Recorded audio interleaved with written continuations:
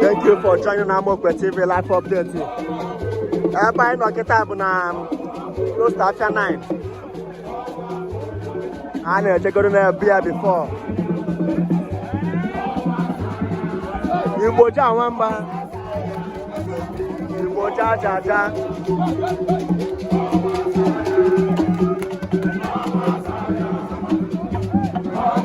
Guys,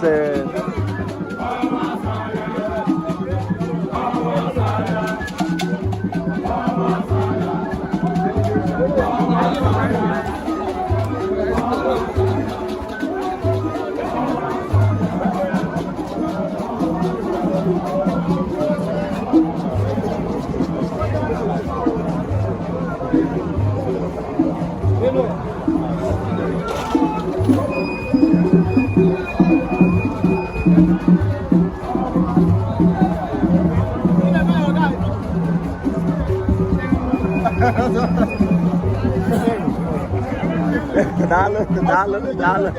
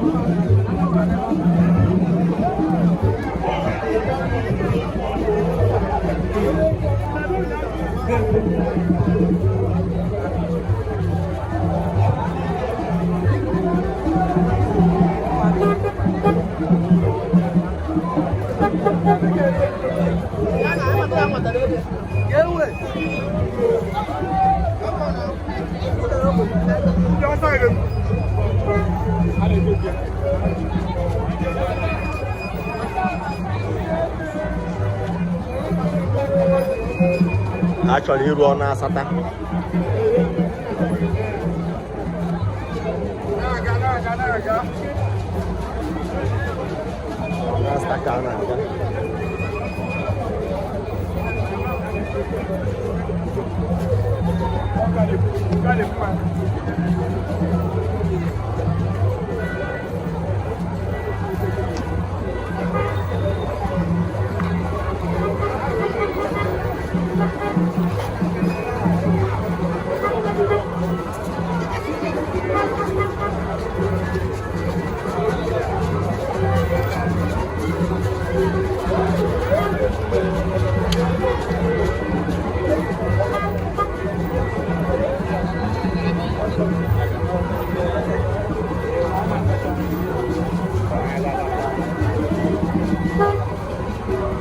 Osa agara aga cha onye ọbụla ada patigo.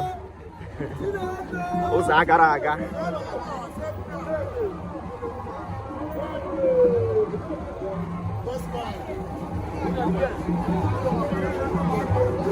Dede. Very good.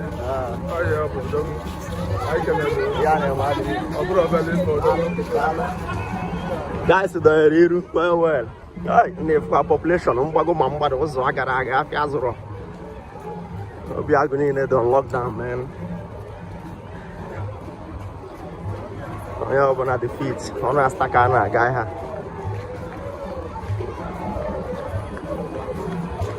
On a stakana, guy.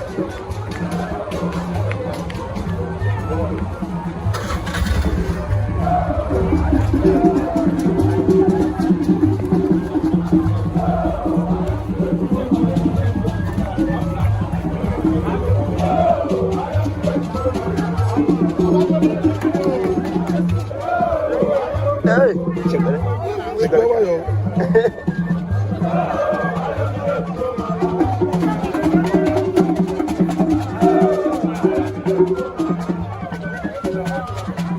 You know what every day na shanya on the burial ceremony of Igbojah, the Ogene master Chikezie Mbah, nnukwu nwoke. Ya nọ na mbọ ọ na-asata. Ọ na-asa roundabout. Ebe a ka anyị nọ. Guys throw down. Has no work today.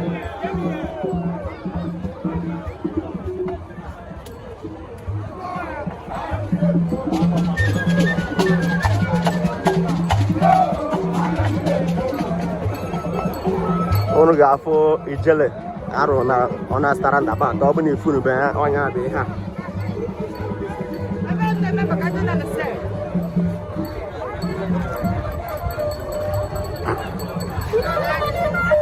Ọ dị dịka ijere gosi mana obi agba ebe mmọnwụ si apụta bụ mgbe ochie si ya mejuwe.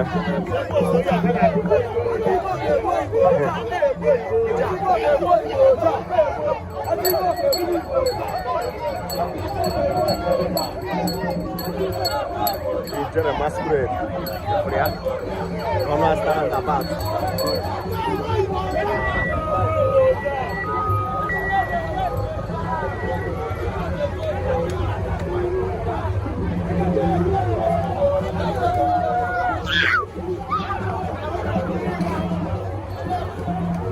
na-enweta vidiyo na-share na-aga viral na-agwa ya ebe isi eso na-agwa ya ebe ị nọ ndị mmadụ bịa gwuo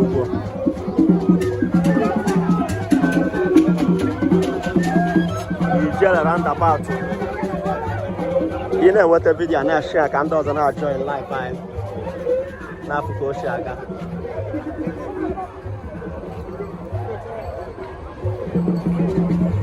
Ọ na-asa roundabout a dị na Presidential Road ebe ọ dị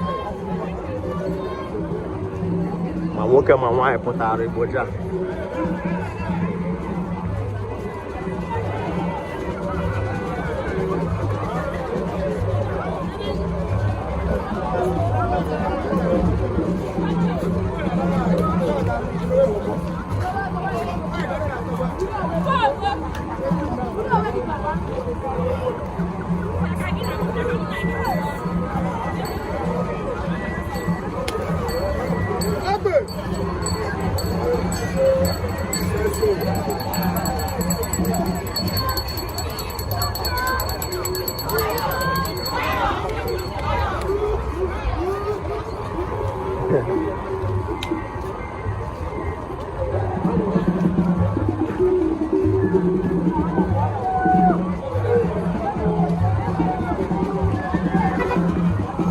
Ị na-abata ị na-agwa ya ebe isi eso na-agwa ya ebe ị nọ. Unu ga-ama ka nchi wee gbagbu n'oge mbụ. My member representing Enugu North and South Federal Constituency bụ Honorable Chima Atu also Ejija since Eastern Nigeria Medical Center. Ọbịa wee soro n'eji a na-afụ ka o si aga. Ọnya bụ ihe ọ na-adị mma ndị youth ịnọ n'ọchịchị.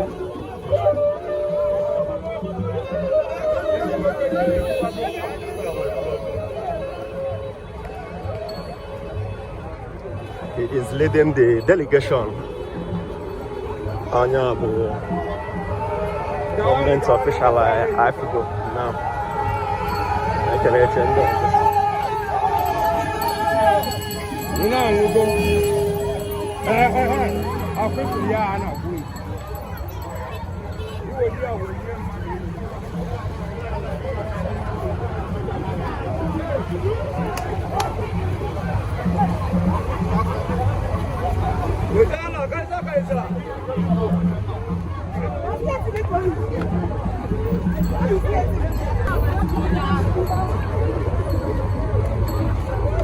Na-abata na-agwa ebe isi esoro na Ari na Amaka watching from Abuja. Victor Sunday daalụ ebe ọ bụ nsi na-esoro na-agwa ebe isi esoro na ọ dị very important na na-share kwa ndị video ka ndị ọzọ na-afụ ya. Ihe mma bụ na youth constituency representing very well hapụta n'uju ma ndị Ogene si emeperọta.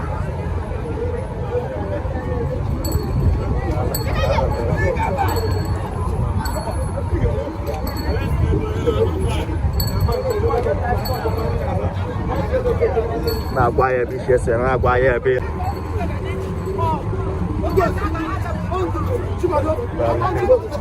na-eme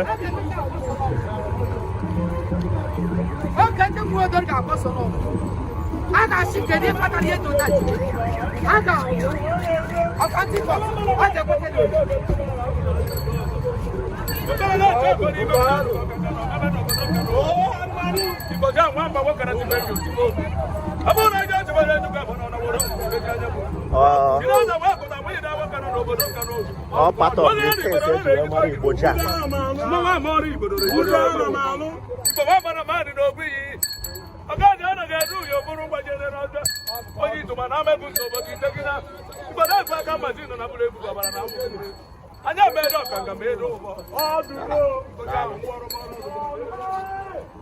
I hear Kurkane, man.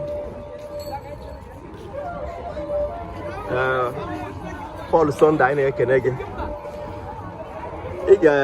When he made the page on following here again so that if they activated, click notification button here. I hear me. Now when I found the most of and what he had up at all, Maki Igbojah. Everything. My mom, my mother. Maki Igbojah.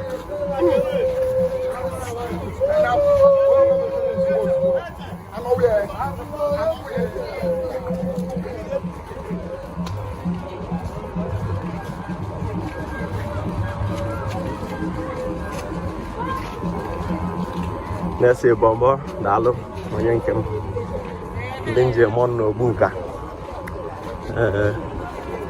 ama m na ndị ogbu nka ga ha akpakwa m ọrụ ọzọ mbekwa obodo unu anyị nụ ndị na mma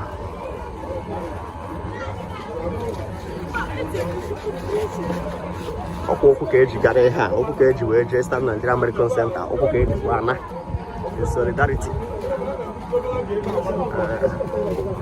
na onye ogbe bụrụ onye ihe ogbe na-adị mma so ị na-anya fụ na shops mechiri emechi many shops mechiri emechi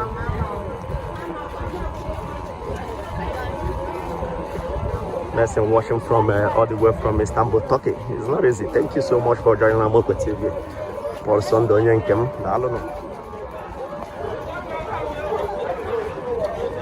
m gara agwa ya bụ nshi eso na agwa ya bụ nnu ọ dị oke mkpa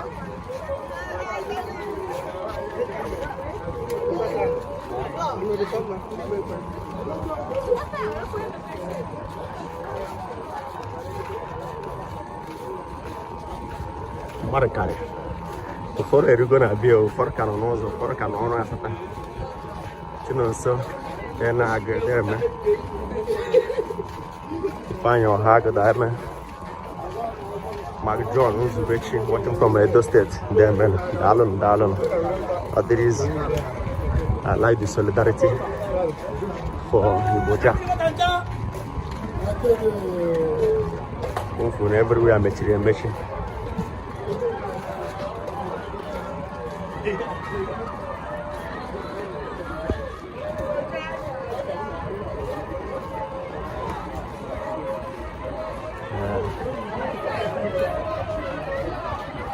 There's a great talent that left. I'm at any time, anything.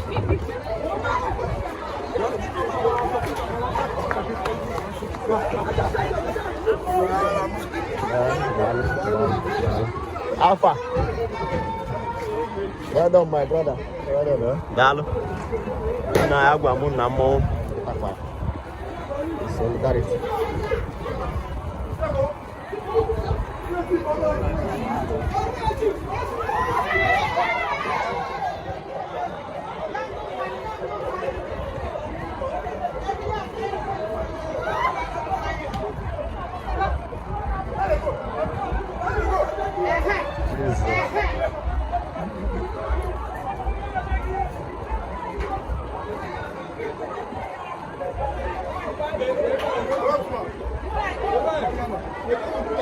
Huh?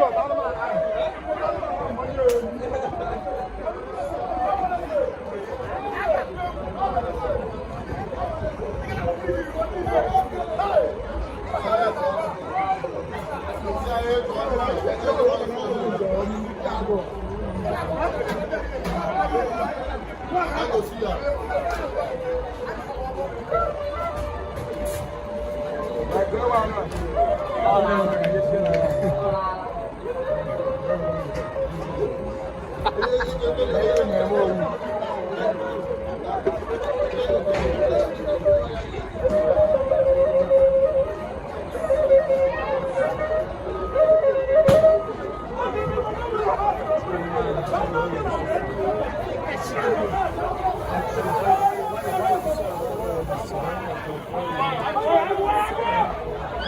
words here. Hello, Mahjong. Yes, the presso.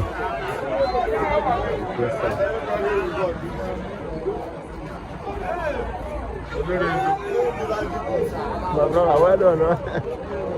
Hello, there.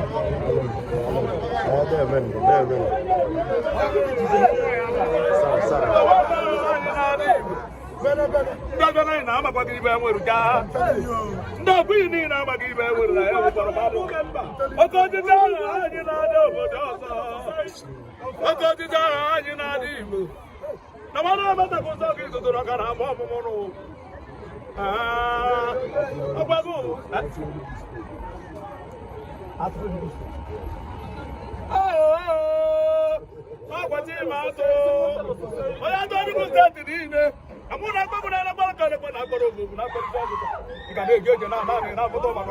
That's the honorable member representing the Enugu North and South Federal Constituency, Honorable Chima Atu, onye live. He supports the youth constituency.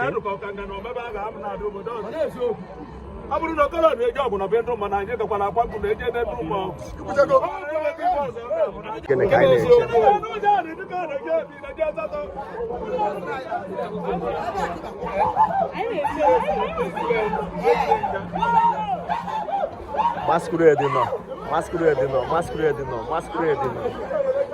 Tell us where you're joining us from. Tell us where you are, anywhere you are, all over the world. Let us know. Let us know. Share this video. Let others see. Share video. I don't have an answer for you here. Because when I open what comment, I know. Franklin Elume is that's very good.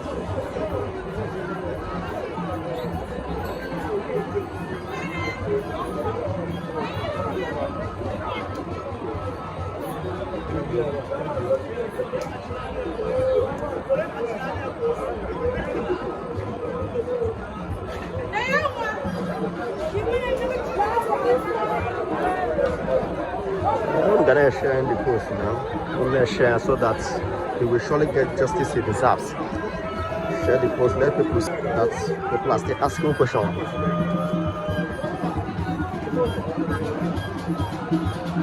I'm here in solidarity too. About one more good like a foreign sign, I can again. Manda man sign, I can like a lot of life.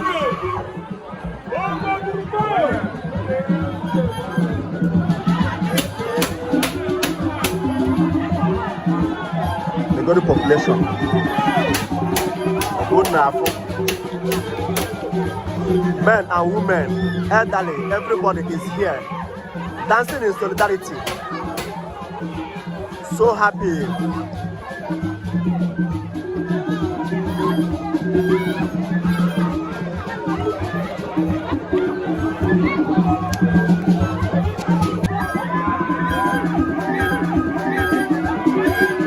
Makchi, thank you.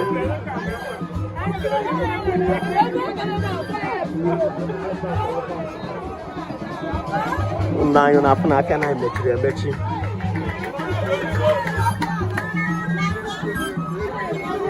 make sure you have shared this video. Tell us where Mbah is born Ogene.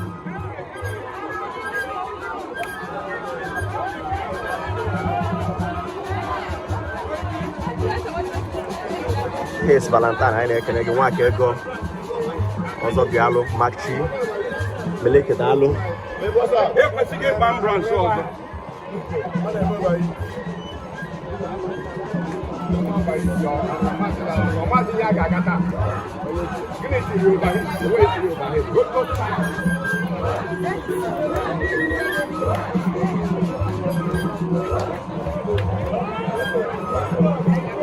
A young vibrant man is born Ogene, upper number 1. onye okporo onye ụzọ number 1 onye okporo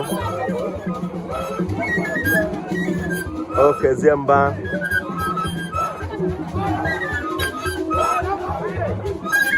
Go to Amokwe Community TV YouTube channel. You click here the subscribe button.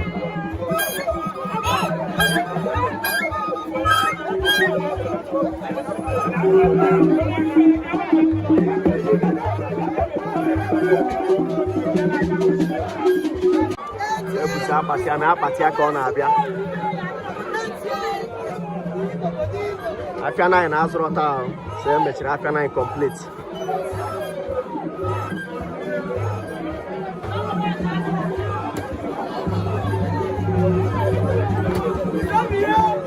Anyị na-asụ unu daalụ maka isonyere Amokwe TV live update. Na-asụ unu daalụ nụ ọ dịrị izi. Make sure you have shared the video. Make sure you have shown this video to another person. He will surely get justice he deserves. Igbojah.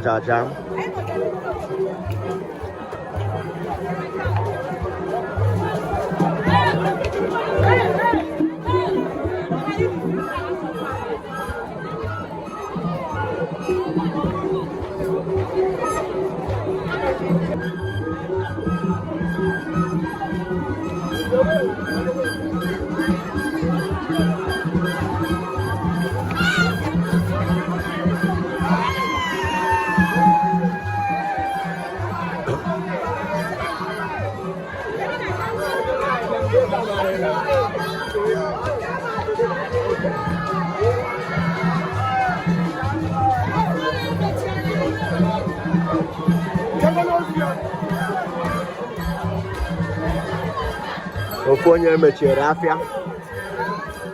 Ndị afia na mechiri afia live. In solidarity. Ọ dịrị izi. Ọ dịrị ọkwa izi o. Ndị ọ dị n'aka nye ma kedu ihe nwere ikwu maka ọnwụ ya bụ nwata nwoke? Ọ na-ewute anya. A na-enwughị ahụ. Ndị Enugu lụzuru mmadụ. Ogene lụzuru mmadụ. Ọ na-ewute anyị n'obi. Ọ na-edowe Chineke.